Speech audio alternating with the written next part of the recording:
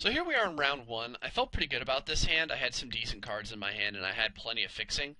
So I do get to lead with a Centaur's Herald, and it looks like my opponent is playing some sort of Golgari. But then he throws down the white, and it looks like we are the Selesnya mirror match, although me with the Xurius and him with Golgari. We're just kind of going Centaur's Herald for Centaur's Herald right now. He goes ahead and cracks his open, and then I'm going to wait. He puts down an Ethereal Armor on that Centaur, swings in, and I go ahead and block, crack mine open, and now we're Centaur for Centaur. Now, luckily, I wouldn't normally have a way to deal with this, except I am sitting on a Rootborn Defenses, which I use when he swings in with his Phantom General, thinking he can just go in and get in for some big damage. So I wipe him out there, and he's left with a Phantom General to my 2 Centaurs. He throws down a Knightly Valor on the Phantom General, and I could have bounced it straight away and kept the Knight from getting down, but I didn't really need to because I wanted to save my mana to play the birds so I could get an extra Centaur, and I knew I had several ways to deal with that anyway, including a Detention Sphere and a Cyclonic Rift, but I also drew a Dramatic Rescue.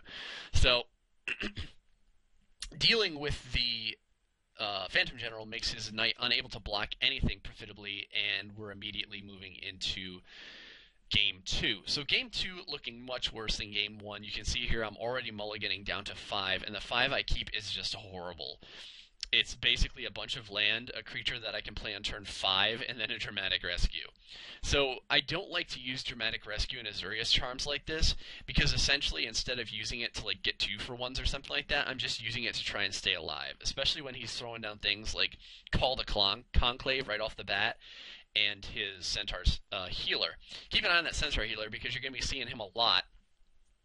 I have to keep sending that thing back to his hand to try and keep myself alive, which is really just terrible because he keeps gaining the 3 life. But there's not a whole lot I can do about it. I really decide whether or not I want to continue to send that thing back to his hand with his Void Wielder, and finally I decide I do, just because my hope is that I can maybe start to draw some really good cards and get myself out of this pickle. But he throws down a Stab Wound, which I hadn't seen yet, and that is pretty bad for me. Because now my Void Wielder is just this terrible creature with no actual offensive abilities, not like he had a lot of them anyway. But I do go ahead and get the full Cyclonic Rift off, especially after he got down that Martial Law, and at this point I'm really hoping for some decent ways to find myself out of this predicament, but he's holding 6 cards in hand, now 4 with a land and a Martial Law down, and he pretty much has all the mana that he needs to play anything he wants.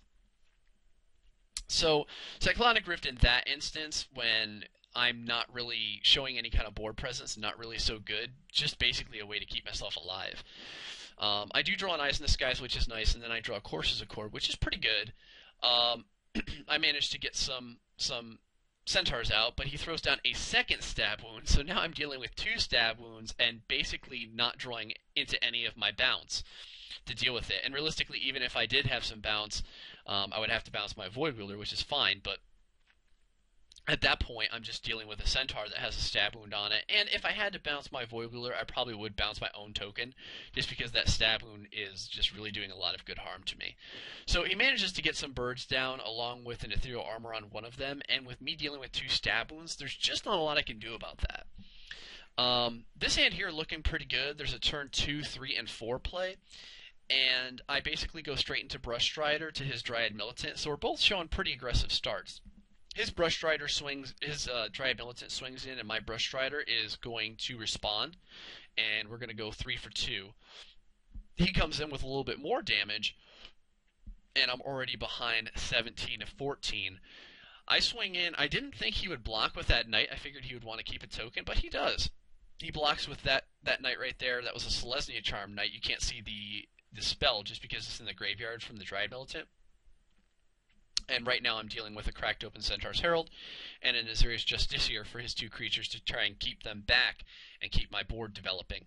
So the board development is going okay until he gets a Stab Wound out. That's fine because that means that he can't really swing in profitably, but it also means that that Dryad with the Ethereal Armor on it is just massive and is a first striking 4/3, and I really have to deal with that. So after like a bunch of like weirdness going on with my Cyclonic Rift, I finally get that thing off the board. Sadly, I couldn't play the Cyclonic Rift and the Courser's Accord, so I had to make a decision, and my decision was to get the guy off the board so I could actually start doing some damage. Because right now it's a race, and I'm kind of losing it because I do have a stab wound on me.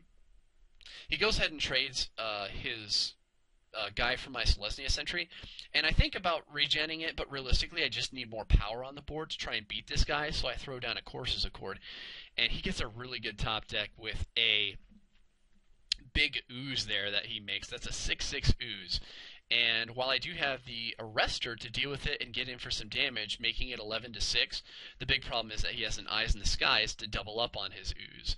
So now he's got two 6/6 oozes. I'm kind of stuck with just my aerial guy, and then he manages to get a Knightly Valor as well. So he really top decked fantastically, and he ended up taking this series here 1-2.